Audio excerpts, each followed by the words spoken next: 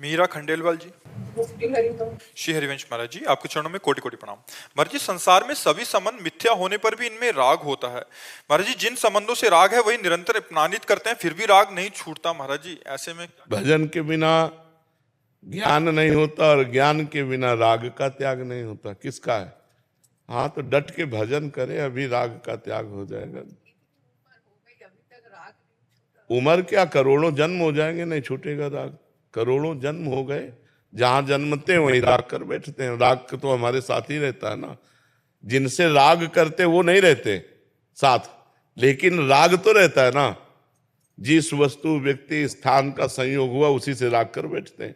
अब मान लो पूर्व जन्म में आप क्या थे, आपका कौन परिवार था, आपको पता नहीं, लेकिन इस जन्म में इस शरीर से राग, शरीर संबंधियों से राग, शरीर सेवन करने वाली वस्तुओं से राग। ये मेरा चम्मच, ये मेरी थाली, ये मेरा मकान, ये मेरा दुकान। इसी राग का नाश हो जाए तो परमात्मा प्राप्ति हो जाए। इसी के लिए विवेक की जरूरत है। विवेक के द्वारा ही राग का नाश होता है, और विवेक होता है भजन और संत समागम से। डट के भजन करो। देखो, मीरा जी ने डट के भजन किया तो कहती, मेरे तो गिरधर गोपाल दूसरो न कोई, दूसरो न कोई। ये दूसरो न कोई ही वैराग्य है। दूसरो न कोई, भगवान के सिवा हमारा कोई नहीं है, और वास्तविक कोई नहीं है। ना कोई था, ना कोई रहेगा। दुनिया में लाखों का मेला जुड़ा, हंसा जब जब उड़ा तो अकेला उड़ा। कोई साथी तो गया नहीं। तो अगर ये ज्ञान हो जाए तो जीते जी वैराग्य करके सब में भगवत भावना करके सेवा करे, कोई परेशानी नहीं। लेकिन अपनापन भगवान से ना होने के कारण, शरीर और शरीर संबंधियों से अपनापन होने के कारण हमारे को भजन का आनंद नहीं आता, भगवान प्यारे नहीं लगते। ऐसी प्रीति जिनका नाम लेते रोमांच हो जाए, रसुप प्रवाह होने लगे, उसे तो भक्ति कहते हैं। अभी कहाँ भक्ति हमारे अंदर है? लड़का बहू की भक्ति है, परिवार की भक्ति है, नाना प्रकार के भोगों की भक्ति है, प्रभु की भक्ति कहाँ है? क्यों? असलियत में वो भक्ति आ जाए तो अभी आनंद आ जाए। तो नाम जप करो खुद। कौन सी मेहनत लगती है राधा राधा रटने में, राम राम कहने में, कृष्ण कृष्ण कहने में। निरंतर अभ्यास करो, खूब नाम जप करो, देखो हृदय आनंदमय हो जाएगा। ऋतुश्री जी जयपुर से। राधा वल्लभ श्री हरिवंश महाराज जी। महाराज जी, प्रेम लक्षणा भक्ति क्या केवल गुरु कृपा से ही मिलती है? नाम जप, लीला गायन, लीला श्रवण, भगवत चरणारविंद की सेवा, और तन मन वचन से पूर्ण रूप से इष्ट देव के प्रति समर्पण, अन्य अभिलाषा कोई नहीं, श्री कृष्ण के प्रतिकूल कोई आचरण नहीं, तब प्रेम लक्षणा भक्ति मिलती है। गुरु कृपा का ये स्वरूप है। जब तक नाम जप नहीं होगा, भगवत लीला कथा गायन श्रवण नहीं होगा, मूल मिलाकर के नवधा भक्ति नहीं, तो प्रेम लक्षणा भक्ति कहाँ से आ जाएगी? जब तक श्रवण कीर्तन स्मरण विष्णु पाद सेवन अर्चन बंधन सख्यात्म समर्पण 9 प्रकार की भक्ति नहीं, तो प्रेम लक्षणा भक्ति आ ही नहीं सकती है। श्रवण कीर्तन जितना अधिक होगा उतने भगवान की प्रति प्रियता बढ़ती है। शरणागति भी श्रवण से ही होती है। विभीषण जी कह रहे हैं, श्रवण सुजस सुनि आयऊं प्रभु भंजन भवभीर, त्राहि त्राहि आरति हरन शरण सुखद रघुवीर। जब तक हम खूब भगवान की चर्चा नहीं सुनेंगे, नाम जप नहीं करेंगे, भगवत सेवा नहीं करेंगे, तो प्रीति कैसे हो जाएगी? सुनना, बोलना, देखना, खाना पीना, उठना बैठना सब भगवान के लिए हो, तब भगवान के चरणों में प्रीति होगी, और प्रीति का ही नाम प्रेम लक्षणा भक्ति है। ऐसे प्रेम लक्षणा भक्ति नहीं हो जाती। यही गुरु कृपा है कि हमारी नाम जप में प्रीति हो। यही गुरु कृपा है कि हमारी भगवत कथा सुनने के लिए कान लालायित रहे। आशा बसन व्यसन याति नहीं, रघुपति चरित होय तहाँ सुनहि। यत्र यत्र रघुनाथ कीर्तनम तत्र तत्र कृतमस्त कांजलम वाष्पवारि परिपूर्ण लोचनम। हनुमान जी महाराज कैसे आंसू बहाते हुए जहाँ जहाँ भगवान की चर्चा होती वहाँ वहाँ वो सुनते हैं। तो हम बावरों सो रस में फिरे, खोजत नेह की बात, प्रिया प्रीतम के प्रेम की बात, भगवान के प्रेम की बात जहाँ हो रही हो वहाँ बैठकर सुनने का स्वभाव बनावे, खूब नाम जप करे, गुरु चरणों का संत चरणों का आश्रय रखे, तो प्रेम लक्षणा भक्ति प्राप्त हो जाती है। संत कृपा, भगवंत कृपा, गुरु कृपा का मतलब यही कि हमें साधन में प्रेम हो जाए। हमारी जो साधना है उसमें प्रेम हो जाए। साधना में प्रेम तो साध्य में प्रेम अपने आप हो जाएगा। अनूप सिंह भाकुनी जी। श्री हरिवंश। श्री हरिवंश महाराज जी। महाराज जी, कर्म, नियति, भाग्य और धर्म में क्या संबंध है? कर्म, नियति। कर्म वर्तमान में किया जाता है, नियति जो पहले से भाग्य निश्चित हो गया उसे ही कहते हैं। भाग्य और नियति अलग अलग नहीं है। बोले इसकी नियति निश्चित है अर्थात तुम्हारा दैव प्रारब्ध निश्चित है, भाग्य निश्चित है। तो जो नियति शब्द है उसे भाग्य ही कहते हैं, कि नियति ने निश्चित कर दिया है वही होगा। नियति माने दैव, दैव माने प्रारब्ध, प्रारब्ध माने भाग्य। चाहे दैव कहे, चाहे प्रारब्ध कहे, चाहे भाग्य कहे, चाहे नियति कहे, वो एक ही शब्द का पर्यायवाची दो शब्द है। अब रह गया कर्म और भाग्य। कर्म से ही भाग्य बनता है। तो जो पूर्व में हमने कर्म किए वो दो प्रकार के होते हैं, शुभ और अशुभ। शुभ का मतलब होता है पुण्य, अशुभ का मतलब होता है पाप। पाप और पुण्य रूपी कर्म से ही हमारे इस शरीर का निर्माण हुआ है और शरीर का प्रारब्ध निश्चित है। किस समय कहाँ कौन सी गति अच्छी या बुरी होनी वो नियति में पहले से लिखी है। नियति माने भाग्य, भाग्य माने प्रारब्ध, प्रारब्ध माने दैव। समझ पा रहे हैं आप? तो अब हम जो कर्म कर रहे हैं वर्तमान में इसे क्रियमाण कहते हैं। क्रियमाण माने नवीन कर्म। अगर हमारे नवीन कर्म अच्छे हो तो पुराने कर्मों को रौंद करके हम मंगल कर सकते हैं अपना, हम भगवत प्राप्ति कर सकते हैं। अगर नवीन कर्म भी बस दो ही रहे, शुभ और अशुभ, तो फिर भी हमारी दुर्गति रुकेगी नहीं। वो मनुष्य जन्म लेने के बाद भी पुनरपि जननम पुनरपि मरणम पुनरपि जननी जठरे शयनम ये होता रहेगा। समझ पा रहे हैं जी? राहुल जी पौरसा से। राहुल श्री हरिवंश। महाराज जी, रामचरितमानस के अनुसार हनुमान जी ने रावण जी से कहा कि सबके देह परम प्रिय सबके स्वामी मारहूं मोहि कुमारग गामी। सबके देह परम प्रिय स्वामी मारहि मोहि कुमारग गामी। जिन मोहि मारा तिन में मारे, तिन पर बांधे तने तुम्हारे। हाँ, इसका क्या भाव महाराज जी, जानना मेरा चाहते? प्रश्न है कि देह भाव के त्याग और प्रभु की प्राप्ति के लिए शरीर को इतना कष्ट देना देह धर्म के विरुद्ध तो नहीं? अलग अलग संतों की रहनी देखी जाती है, गर्मियों में धूनी लगाए हैं, सर्दियों में वहां जो बात हो रही है वहां संतों से जोड़ रहे हो क्या? वहां राक्षसों से युद्ध करने की बात हो रही है। यही तो हम लोगों की कमी होती है कि कहीं की टांग, कहीं का हाथ, कहीं की आंख जोड़कर आकृति थोड़ी बना सकते हैं। वहां विषय क्या चल रहा है? राक्षसों को दंड देना। हनुमान जी से पूछते हैं कि तुम्हारा मैंने अपराध क्या किया? हमारा तुम्हारा कोई परिचय नहीं है। रावण पूछ रहा है तुम कोई राजा नहीं हो कि हमारा तुम्हारा वैर विरोध है? अशोक वाटिका को आके उजाड़ देना और हमारे अनुचरों को मारना। तो हनुमान जी उसी के अनुसार उत्तर देते हैं, क्योंकि वो सामने देहाभिमानी रावण बैठा है। नहीं, हनुमान जी परम ज्ञानी, ज्ञानी नाम अग्रगण्यम। क्या उत्तर दे रहे हैं? बोले सबके देह परम प्रिय स्वामी मारे मोहि कुमारक गामी। तो जिन मोहि मारा तिन में मारे, तिन पर बांधे तने तुम्हारे। मोहि न कछु बांधे कै लाजा, किन चाहो निज प्रभु कर काजा। समझ पा रहे आप? उसका तात्पर्य वहां देह की प्रियता दिखाना हनुमान जी को नहीं है। हनुमान जी को ऐसे देहाभिमानी को सिद्धांत वर्णन करना है कि मैंने ऐसे नहीं मारा है, सबके देह प्रिय। तुम्हारे अनुचरों ने मुझे मारा, मैंने उनको मार दिया। वहां बात यह है, हनुमान जी परम ज्ञानी कोई देह प्रिय महात्मा थोड़ी है, वो तो परम ज्ञानी महात्मा है। तो जो महात्मा जन तप करते हैं भगवान के लिए शरीर को कष्ट देते हैं। शरीर का कष्ट कोई कष्ट नहीं है। यदि मन परमात्मानंद में है और गर्मी सर्दी और सब भूख प्यास, तो इससे कोई फर्क नहीं पड़ता है। प्रीति जब भगवान से हो जाती है तो शरीर का कोई भाव महत्व नहीं रहेगा। ये झूठा है ना? झूठा ना, ये कल था ना कल रहेगा। ये केवल वर्तमान में दिखाई दे रहा है, कल नहीं था, कल नहीं रहेगा। मतलब कल का तात्पर्य है जैसे आपकी आयु कितनी है? हाँ, तो 30 वर्ष पहले नहीं था ये रूप, और पता नहीं 30 सेकंड बाद रहेगा कि नहीं रहेगा, इसका भरोसा नहीं है। तो ये टिकाऊ चीज नहीं है। तो इससे हमने जो प्रियता कर रखी है उस प्रियता को तप के द्वारा नष्ट किया जाता है। ये तप है। गर्मी सर्दी बरसात भूख प्यास मान अपमान ये सब सहना तप के अंतर्गत आता है। समझ पा रहे हैं आप? सर्वार्थ जी गाजियाबाद। महाराज जी, एक बार आपने सत्संग में बताया था कि जैसे सोचोगे वैसा ही होगे। मैं रोज कहता हूँ हमारे माई श्यामा जी को, राज मैं जैसा भी हूँ श्री जी का हूँ, और अंदर से ये भाव रखता हूँ कि श्री जी ने इस अधम जीव को अहेतु की कृपा करके स्वीकार कर लिया। तो महाराज जी, क्या इस प्रकार मैं श्री जी के आश्रित हो जाऊंगा? नाम जब करते रहो, ऐसा सोचते रहो, हो जाओगे, पक्का हो जाओगे। कोई संशय नहीं जी। वर्षा जी। श्री हरिवंश महाराज जी।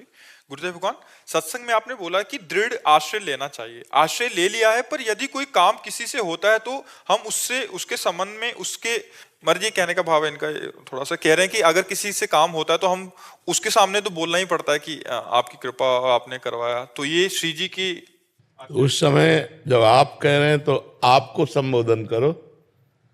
सामने व्यक्ति है और भाव में इष्ट है कि आपकी कृपा से हमारी समस्या का समाधान हो गया, हम बार बार आपको नमन करते हैं या बार बार कृतज्ञता प्रकट करते हैं। लेकिन आप हम व्यक्ति को ना बोले, हम प्रभु को बोले, अपने इष्ट को बोले, क्योंकि सब में वही विराजमान है। संबोधन व्यक्ति को कर रहे हैं लेकिन भावना इष्ट की कर रहे हैं, इसमें कोई अंतर। जैसे कोई व्यक्ति आया, आपने बड़ी कृपा की, आप आके दर्शन दिए, हमें बड़ा सुख मिला आपको, तो अब आप शब्द तो एक व्यक्ति का लग रहा है लेकिन हम अपने इष्ट को बोल रहे हैं, तो हमारा कोई अनन्यता में फर्क नहीं हुआ। आपने बड़ी कृपा की, आप बड़े करुणा में हैं, आपके दर्शन से हमें बड़ा सुख मिला। तो व्यक्ति अगर अपने को समझ रहा है तो वो समझा करे। हम तो अपने इष्ट से बोल रहे हैं, अपने परमात्मा से बोल रहे हैं, अपने श्री जी से बोल रहे हैं, अपने प्रभु से बोल रहे हैं जी। सिद्धार्थ सिंह जी, हरिद्वार से। राधे राधे महाराज जी। महाराज जी, जब भी किसी ग्रंथ या शास्त्र को पढ़ता हूँ या सुनता हूँ, उस दौरान मन में अनेक प्रश्न और तर्क उठते हैं। इसके समाधान के बिना यदि मैं आगे बढ़ने की कोशिश करता हूँ तो मन में और दुविधाएं उत्पन्न हो। इसीलिए कोई भी ग्रंथ स्वतंत्र रूप से पढ़ने के लिए नहीं कहा गया, गुरुमुख से सुनने के लिए कहा गया है। महापुरुष प्रथम सुने भागवत भक्त मुख भगवत वाणी, भगवत वाणी गीता जी, भागवत जी, ये भक्त के मुख से सुने तो जो तुम्हारे प्रश्न होंगे उनका समाधान तुरंत होता चला जाएगा। अब जैसे कोई ग्रंथ यहाँ हो रहा हो, अब किसी का भी प्रश्न उठे तुरंत समाधान होता चला जाएगा। अब अंदर अभी मलिन मन है, कोई निर्मल मन में प्रश्न नहीं उठता।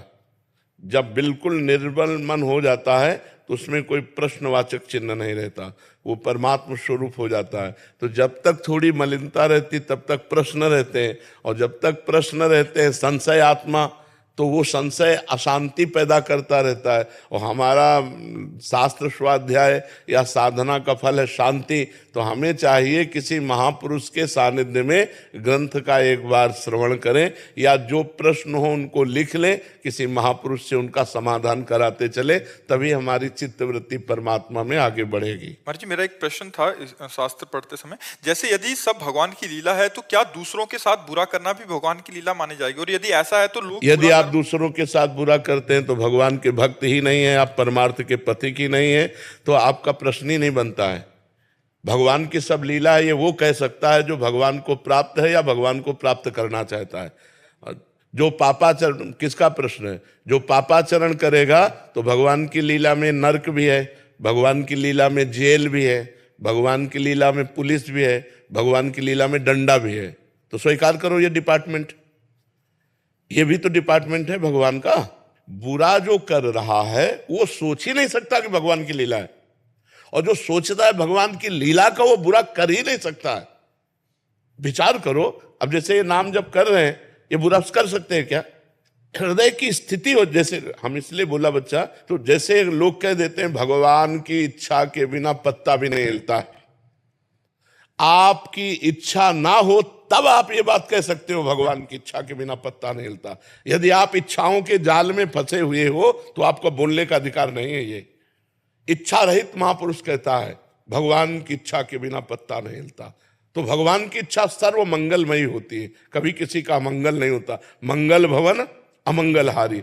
अपनी इच्छाओं का जिसने दमन कर दिया, अपनी इच्छा को जिसने वाहेगुरु भगवान की इच्छा में मिला दिया, वो ये देखता है कि चराचर जगत भगवान की इच्छा से चल रहा है, और जो ये देखता है भगवान की इच्छा से चल रहा है उसमें इच्छा होती नहीं, इसलिए उससे कभी पाप होते ही नहीं।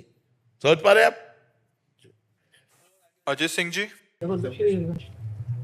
महाराज जी, आपके चरणों में कोटि कोटि प्रणाम। महाराज जी, आपका सत्संग सुनने में से जीवन में बहुत परिवर्तन आया है। महाराज जी, मैं राधा नाम जप करता हूँ। महाराज जी, मेरा प्रश्न है कि सांसारिक इच्छाएं जब समाप्त होती हैं तो तब कैसा होता है? मेरी इच्छाएं समाप्त हो रही हैं, उससे कहीं मेरा अहंकार तो नहीं बढ़ रहा? महाराज जी, मुझे कैसे पता लगेगा? पेट भरता है तो पड़ोसी नहीं बता लिया था अपने को अनुभव हो जाता है ना कि हमारा पेट भर गया। ऐसे ही जब हमारी इच्छाएं, अभी इच्छाएं शांत थोड़ी है, अभी इच्छाएं परमात्मा प्राप्ति के बाद शांत होती हैं असली में।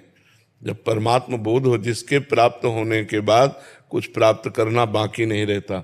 और जब तक परमात्मा प्राप्ति न हो तब तक धोखा हो सकता है।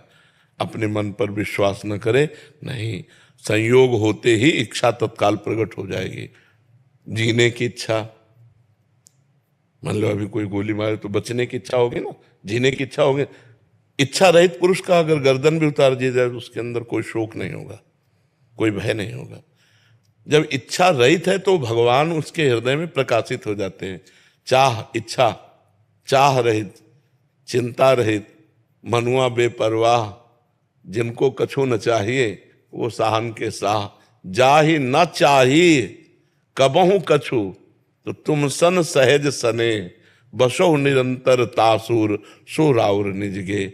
अभी हम धोखे को सत्य न मान ले। अभी जब तक भगवान का साक्षात्कार न हो तो ये इच्छा बढ़ाते रहो कि मुझे भगवान मिले, मेरा भजन निरंतर बढ़ता रहे, मुझे साधु समागम मिले, मैं शास्त्र स्वाध्याय करूं, मेरे द्वारा कोई अधर्म न हो। ये इच्छाएं बढ़ाते रहो, तो अन्य इच्छाओं को काटते रहो। जब ये इच्छा परमात्मा प्राप्ति हो जाएगी तब एकदम समाप्त, जैसे शांत समुद्र, कोई लहर नहीं, फिर कोई इच्छा ही नहीं होगी। जब तक भगवान का साक्षात्कार नहीं होता तब तक ये मानना कि मैं इच्छा रहित हूं, धोखा है। बहुत सावधान रहे, समझ पा रहे ना। और जब अपने इच्छा रहित, अपने को, मीरा जी कहते गिरधर मुझे कितना प्यार करते हैं ये मेरा हृदय जानता है। ऐसे ही जो हमें भगवदानंद की अनुभूति होगी वो किसी से पूछनी थोड़ी पड़ेगी, वो तो मेरे को ही अनुभूति होगी ना। इच्छा रहित होने पर कौन सी स्थिति आती है, द्वंद्वातीत, कामना रहित, अध्यात्म में नित्य स्थित, वो अपने को अनुभव में आएगा। अभी वो स्थिति नहीं है, इसलिए आप प्रश्न कर रहे हैं। वो स्थिति में प्रश्न ही नहीं होता है। इच्छा हुई ना प्रश्न करने की, ये भी तो इच्छा है। इच्छा हुई ना प्रश्न करने की, तो ये भी तो इच्छा है ना, उसमें इच्छा ही नहीं रहेगी। वो स्वयं अनुभूति की, अनुभवगम में भजे जय संता, वो स्वयं अनुभव में है। खूब नाम जप करो, शास्त्र स्वाध्याय करते रहो, संतों का संग करते रहो, अच्छे आचरण करो, स्थिति आ जाएगी। श्रेय तिवारी जी सतना से। राधे राधे। राधे राधे महाराज जी। महाराज जी, आपके सत्संग को पिछले 1 वर्ष से सुनने का सौभाग्य प्राप्त हो रहा है, जिससे जानकारी प्राप्त हुई कि नाम जप 3 प्रकार का होता है। क्या मन ही मन भगवान का ध्यान करते हैं जिसमें जिव्या ना चल रही हो को भी नाम जप ही माना जाएगा महाराज जी? प्रभु का ध्यान चल रहा है बट अंदर से कुछ नहीं चल रहा और जिव्या भी नहीं चल रही। नहीं, इस धोखे में मत रहिए। नाम जप चलना चाहिए, जिव्या चले ना चले उसकी बात अलग होती है। राधा राधा राधा, अब ध्यान करो प्रभु का, तो क्या फर्क पड़ता है। अब हम प्रभु के ध्यान की बात कर रहे हैं तो मन इतना निश्चल प्रभु में तो लगा नहीं है, वो संसार में चलता रहे, वो नाम चल नहीं रहा तो हमारा समय व्यर्थ चला गया। अव्यर्थ कालत्वम, भक्त का 1 सेकंड भी व्यर्थ नहीं जाता है। इसीलिए निरंतर अव्यावृत भजना, देवर्षि नारद जी ने, अव्यावृत माने होता है तैल धारा, राधा राधा। अब हमारा दिमाग 2 काम कर सकता है एक साथ। हमारे दिमाग की ऐसी क्षमता है कि 2 काम एक साथ कर सकता है, नाम भी जप कर सकता है और ध्यान भी कर सकता है। रूप का ध्यान और नाम उच्चारण कर सकता है, इतनी क्षमता हम, जैसे आप हमारी बात भी सुन रहे हैं और अंदर ही अंदर संसारिक, अभी वहां जाना है, वो करना है, वो करना चल रहा है ना अंदर, तो उसकी क्षमता 2 है। और जब 2 क्षमता का एक स्वरूप हो जाए तब उसे एकाग्रता कहते हैं। अब रूप में इतने डूब गए कि आपको ध्यान ही नहीं है, राधा रूप ही राधा में हो गया। अब जब फिर होश आए तो फिर आधा, फिर आधा, फिर आधा, तो नाम जब छूटा तो फिर मन घसीट ले जाएगा संसार में। इसलिए रूप का ध्यान नाम के सहित होना चाहिए। देखी रूप नाम आधीना, नाम चल रहा है तो रूप का ध्यान आपका परिपक्व, नाम छूटा तो घसीट ले जाएगा माया में। इतना प्रबल मन है, वो टिकता नहीं है, एक जगह टिकता नहीं, टिका दे वही साधना है। जो अपने मन को टिका दे एक जगह, उसी को साधना कहते हैं। मतलब इतना एकाग्रता में बल है। दत्तात्रेय भगवान ने एक बाण बनाने वाले को गुरु बनाया। वो रास्ते में उसका घर था, वो रोड के किनारे बैठे बाण की सीधी नोक घिस रहा था और राजा की सवारी निकल गई। राजा की सवारी मतलब नगाड़े बज रहे हैं, जय जयकार हो रहा है, घोड़े हाथियों से सब। बाद में मंत्री निकला, उसने कहा महाराज की सवारी कितनी दूर गई? तो सो के जगा हुआ पुरुष जैसा, महाराज की सवारी? बोले यहीं से तो गए। बोले क्षमा कीजिए, मैं आपसे सत्य कहता हूं, मुझे बिल्कुल भान नहीं, क्योंकि मैं बाण की सिधाई और नोक पर ध्यान दे रहा था, उसकी नोक बना रहा था, तो मुझे पता नहीं चला। तो दत्तात्रेय भगवान वहीं भ्रमण कर रहे थे, उसे गुरु बनाया। 24 गुरुओं में एक बाण बनाने वाला भी गुरु। कि साधक को अपने लक्ष्य पर इतना तन्मय होना चाहिए कि नगाड़े बजे लेकिन उसकी वृत्ति बहिर्मुख नहीं होनी चाहिए। परमात्मा में ऐसी तदाकार, जैसे गाढ़ सोए हुए पुरुष को बाहर की किसी भी गतिविधि का पता नहीं होता, ऐसे जागृत अवस्था में परमात्मा में स्थित इतना एकाग्र हो कि बाहर का कोई पता ना हो, तो वो ध्यान कहा जाता है। अभी वो ध्यान की गति तो है नहीं, इसलिए नाम को छोड़िएगा मत, नहीं तो मन धोखेबाज है, वो धोखा दे देगा। रवि सिंह तोमर जी। गुरु। महाराज जी, मैं आर्मी में मथुरा में कार्यरत हूँ। महाराज जी, मैं शिव जी का उपासक हूँ, परंतु मेरी पोस्टिंग 2021 में जब मथुरा आई तो मैं बांकी बिहारी और राधा रानी से ऐसी लगन लगी कि गोवर्धन परिक्रमा और वृंदावन परिक्रमा करना शुरू कर दिया। आज तक चल रही है। महाराज जी, मेरी पोस्टिंग आ गई है और मैं यहाँ से जा रहा हूँ। महाराज जी, कभी शिव जी का जप करता हूँ और कभी राधा माँ का जप करता हूँ। तो महाराज जी, मेरे मन में असमंजस है कि मैं किसका जप। कोई असमंजस मत करो, दोनों जप करते रहो। बिना भगवान शंकर की कृपा के किसी को हरि भक्ति या राधा भक्ति प्राप्त नहीं होती। तो जहाँ से हमें प्राप्त हुआ है उसे हम छोड़ नहीं सकते, और जो प्राप्त हुआ है उसे भी नहीं छोड़ सकते। तो भगवान शिव की भी आराधना करते रहो, उनका सुमिरन करते रहो, और राधा राधा भी रखते रहो। और जहाँ भी आपको राष्ट्र सेवा में अवसर मिले, प्राण बलिदान का उत्साह रखते हुए धर्म पूर्वक चलते रहो, इसी से भगवत प्राप्ति हो जाएगी। तुम्हारे लिए और कोई अलग से पूजा नहीं है। तुम अपने राष्ट्र के तिरंगे के लिए प्राण बलिदान करने का उत्साह रखो और नाम जप करो, इसी से भगवत प्राप्ति हो जाएगी। यही सबसे बड़ी पूजा है जी। राधे राधे महाराज जी। महाराज जी, आपके चरणों में कोटि कोटि प्रणाम। यूट्यूब के माध्यम से आपको सुनती हूँ महाराज जी। महाराज जी, मेरे पति पर राधा रानी की बहुत कृपा हो गई है। वो ध्यान पूजा पाठ में लग गए हैं महाराज जी। उनमें बहुत परिवर्तन आया। मैं बहुत खुश हूँ कि वो मन से राधा नाम जप कर रहे हैं, लेकिन उनके व्यवहार मेरे प्रति भी परिवर्तित हो गया, जिसकी वजह से मेरा मन बहुत अशांत रहने लग गया है महाराज जी। मैं नहीं चाहती कि मेरे पति सब कुछ छोड़ के वो अपना व्यवहार मेरे प्रति पहले की तरह ही रखें, बट महाराज जी पर फिर भी मन में लगता है कि वो मतलब आपके प्रति पत्नी भाव में उनकी कमी आ रही है। पति पत्नी के जो संबंध होते हैं उनमें ढिलाई आ रही, वो आएगी। क्योंकि असत संसार के सुखों का राग तब तक रहता है जब तक हृदय मलिन रहता है, और जब परमात्म सुख में चलने लगता है तो फिर ये सब अच्छा नहीं लगता है। ब्रह्मादिक के भोग सब विष सम लागत ताहि, नारायण ब्रज चंद की लगन लगी है जाए। रमा विलास राम अनुरागी, तजत बमन जिम जन बड़भागी। कोई बड़भागी भगवान के भक्त जन ऐसे होते हैं कि माया के विलास को बमन के समान त्याग देते हैं। तो हम ये तुम्हारे पति से भी प्रार्थना करेंगे, हमारी बात सुना देना उनको, कि गृहस्थ धर्म का पालन करना भी भगवान की भक्ति है। यदि पत्नी ब्रह्मचर्य से नहीं रहना चाहती तो पति का कर्तव्य है कि पत्नी की आकांक्षा को पूर्ण करते हुए भगवान का नाम जप करे। क्योंकि यदि आपने नाम जप या भगवत भक्ति के प्रभाव से अपने मन को निष्काम बनाना प्रारंभ किया और पत्नी सकाम है, तो वो कहाँ जाए? तो आप फिर अपने धर्म से भ्रष्ट हो जाएंगे। यदि वो गलत कदम रख देगी तो आपको अपनी पत्नी को धर्मयुक्त बनाने, अर्धांगिनी है वो, उसे धर्म से चलाने के लिए निष्काम होते हुए भी कामना की पूर्ति के हेतु आपको काम धारण करना पड़ेगा। धर्मयुक्त काम भगवान का स्वरूप है। धर्म विरुद्ध काम जो है वो नरकगामी बनाता है, वो नरक का द्वार है। कामः क्रोधा तथा लोभा तस्मात् दैत्यम त्यजेत, वो जो धर्म विरुद्ध है। इसलिए भगवान का आदेश है कि अपनी पत्नी की कामना पूर्ण करने के लिए उचित समय पर शास्त्र संयम के अनुसार धर्मयुक्त काम का व्यवहार करना चाहिए। ये भी भक्ति ही है, ये भक्ति के विरुद्ध नहीं है जी। मेरा इतना वो नहीं कि वो ब्रह्मचर्य का मतलब बहुत पालन ना करें या ऐसा कुछ। मेरा ये है कि बहुत ज्यादा परिवर्तन हो गया है। सिर्फ ये, अरे परिवर्तन इसका स्वरूप ही है भजन का ऐसा। जब भजन में वास्तविक हृदय से मन लग जाता है तो फिर दो जगह प्यार नहीं होता, संसार और भगवान। फिर भगवान से प्यार करते हुए संसार का निर्वाह तो किया जा सकता है, लेकिन संसार से प्यार नहीं हो सकता है, पक्की बात है। क्योंकि ये ऐसा है जैसे सत्य वस्तु का बोध करने की जब, तो फिर संसार का राग नहीं रहता है। ये केवल बनावटी फूल तब तक अच्छा लगता है जब तक असली फूल नहीं मिल जाता।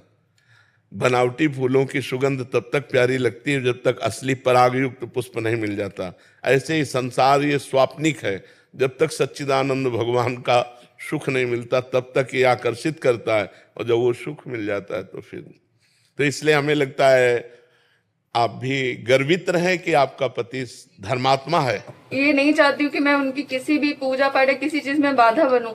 मेरे साथ ऐसा हो रहा है कि मेरा मन पूजा से, हाँ क्यों नहीं, वो चूंकि आपके अंदर क्या है, आपके अंदर जो एक पति के द्वारा पत्नी को प्रियता चाहिए वो नहीं मिल रही, इसलिए मन आपका संतुष्ट हो रहा है। लेकिन आप सच्ची मानिए, राधा रानी से मैंने बहुत प्रार्थना करी कि मेरे मन में बहुत गलत भाव आ रहे हैं। मैंने बहुत प्रार्थना करी मुझे आपसे बस एक बार मिला दे, मेरे मन में ये भाव सही आ रहे गलत आ रहे, मैं उसका विचार नहीं। हाँ अगर आप सावधान न रहे तो आपके अंदर अश्रद्धा भी हो जाएगी, भक्ति में कमी आ जाएगी। लेकिन ये ठीक नहीं है, वो गलत नहीं है इसलिए ठीक नहीं है। और उनको भी ये सुना देना कि वो हमारी बात को समझने की चेष्टा करें। अवतार सिंह जी पंजाब से। मर्जी सत श्री अकाल।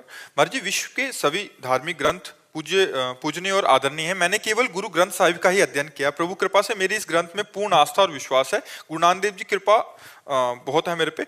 मर्जी, लगभग पिछले 1 साल से यूट्यूब के माध्यम से आपको सुन रहा हूँ। आपके विचार गुरु ग्रंथ साहिब से बहुत मिलते हैं। इस गुरु ग्रंथ साहिब ने पूर्ण ज्ञानी के लक्षण बताए हैं, उन्हीं लक्षणों को देखकर आपके दर्शन के लिए आया हूं। महाराज जी, मेरी दिनचर्या में मैं सुबह 2:30 से 3 बजे उठकर 1.5 घंटा वाहिगुरु जी का नाम सिमरन करता हूं। उस वक्त मेरे को आनंद के साथ साथ बहुत वैराग्य आता है, आंखों से आंसू बंद ही नहीं होते। आनंद का शब्दों में बयान नहीं कर सकता। यही फल है, यही फल है सुमिरन का। यही फल है कि जितना आप सुमिरन करोगे तो ये दृश्य झूठा है, टोटल झूठा है। जैसे सोने में कंगन है, कंगन झूठा है, सोना सत्य है। कंगन नाम झूठा है, ना कंगन ये पहले था ना बाद में रहेगा। पहले भी सोना था, बाद में भी सोना रहेगा। तो बीच में जो कंगन भास रहा है वो सोना ही है। पहले परमात्मा था, बाद में परमात्मा रहेगा। तो बीच में जो भास रहा है वो केवल परमात्मा है। ये जो दिखाई दे रहा है स्त्री पुरुष जड़ चैतन्य, ये नहीं है। तो जितना हम नाम जप करेंगे वाहिगुरु का, तो उतने हमें इससे वैराग्य होगा। अपने शरीर से, दूसरे के शरीरों से, भोगों से वैराग्य। अगर वैराग्य नहीं हो रहा तो हमसे कोई जरूर गलती हो रही है। अगर नाम जप से हमारा संसार की प्रियता का नाश नहीं हो रहा तो हमसे कोई गलती हो रही है, हमसे कोई धर्म विरुद्ध आचरण हो रहा है, कोई गलत बात हो रही है। नहीं तो इसका परिणाम ये बिल्कुल मन भागता है। संसार से किसी से बात नहीं करना अच्छा लगता, कोई भोग अच्छा नहीं लगता। एक अजीब सी व्याकुलता होती है, उस व्याकुलता को प्रिय लगता है एकांत। एकांत में ठहरना, कोई गुफा हो, नदी का किनारा हो, वृक्ष हो, या अपने घर में ही ऐसे एकांत जिससे हमसे कोई संबंध न रखे, हमसे कोई बात न करे। ये वाहिगुरु के नाम की कृपा का फल है। घर वाले और जो शरीर के संबंधी हैं वो सोचते हैं कि मैं डिप्रेशन में हूं, पर ऐसा नहीं। नहीं अभी तो मान लो जैसे आपसे बात कर रहे हैं तो दूसरा रूप है, और जहाँ हम एकांत में होते हैं तो कई बार हमारे ही सेवा में जो रहते हैं वो कहते हैं महाराज जी नाराज हो क्या। उनको लगता है कि महाराज जी किसी विशेष उसमें नाराज हो गए। अब भगवदाकार वृत्ति के लिए बस हिलना नहीं, डुलना साथ। अब कोई आया तो हाँ जी, तो उनको लगता है नाराज। और नाराज नहीं, अपनी दृष्टि है। एकाग्र परमात्मा दृष्टि जब की जाती है ना, तो या तो डिप्रेशन मान लेगा या तो वह समझ लेगा कि परेशान है, नाराज है। ऐसा नहीं होता। वो अपनी समस्त इंद्रियों को समाहित करके एकमात्र परमात्मा में स्थित किए हुए, तो उसको जो आनंद मिल रहा है वो बाहर कैसे उसको व्यक्त करे। और अब कोई डिप्रेशन में समझता है, कोई उसे पागल कहने लगता है, कोई उसको कुछ भी कहने लगता है। लेकिन ये बहुत उत्तम अवस्था आपकी है। गुरुवाणी जी की कृपा है, गुरु साहब की कृपा है। आप आगे बढ़ो, अधिक से अधिक जितना नाम जप करोगे रोना आने लगेगा, विकलता आने लगेगी। बस वाहिगुरु वाहिगुरु वाहिगुरु, सबसे छोटा अपने को समझने लगोगे। सब महान है, मैं सबसे लघु। यही गुरुवाणी जी की कृपा और यही वाहिगुरु नाम का स्वरूप। वाहिगुरु नाम परमात्मा, वही श्री कृष्ण है, वही शिव है, वही राम है, वही वाहिगुरु है, एक ही परम तत्व है, उसे हम अलग अलग नामों से पुकारते हैं। खूब नाम जप कीजिए। सुधीर कुमार जी दिल्ली से। राधे राधे महाराज जी। महाराज जी, जब कोई लड़का अपने विवाह के समय लड़की के पिता के सामने दहेज की इच्छा या मांग रखता है और लड़की के पिता इच्छा पूरी भी करते हैं, तो क्या ये उस लड़के पर लड़की के पिता का कर्ज चढ़ जाता है, या अगर कर्ज नहीं है, धर्म से रहित बात है। ब्याह सुयोग्य कन्या, सुयोग्य वर देख करके तय किया गया, ब्याह हो गया।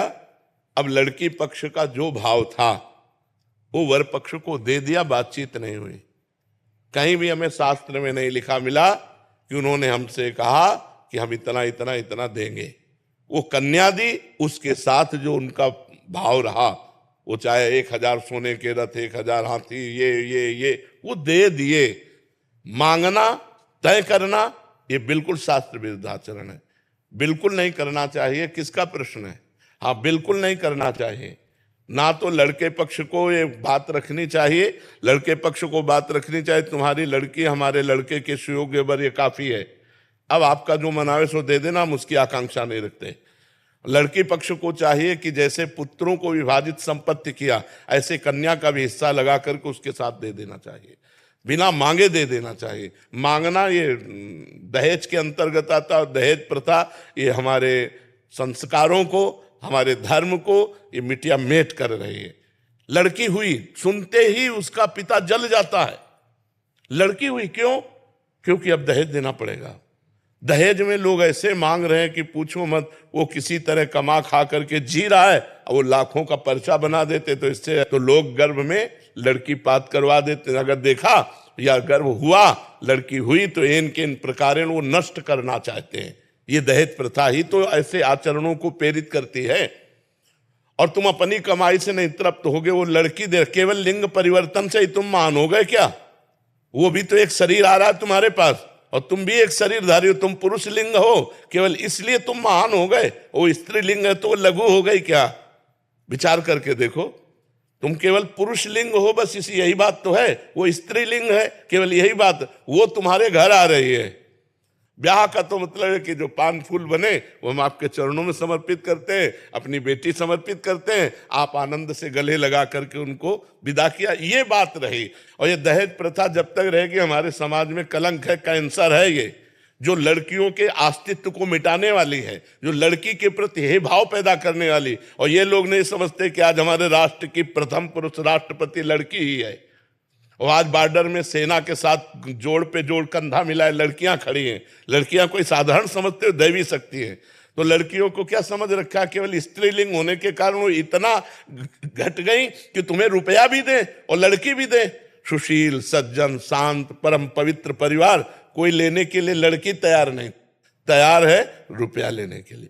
10 लाख फलदान में दीजिए, इतने परीक्षा में दीजिए, इतने ब्याह में दीजिए। किसान आदमी 10 लाख कहाँ से देगा? किसान आदमी को जीना मुश्किल होता है, उसकी सिंचाई, उसकी मल। बहुत कोई 100-200 बीघा का जमींदार हो तो बात अलग है, 10-10 बीघा जमीन है, उसी से पूरे परिवार का पोषण होता है। कुछ चंद रुपए बचे, वो स्कूल आदि की पढ़ाई, कपड़ा लत्ता, इसमें खर्चा होता है। अरे बड़े खर्चा गृहस्थी में होते हैं।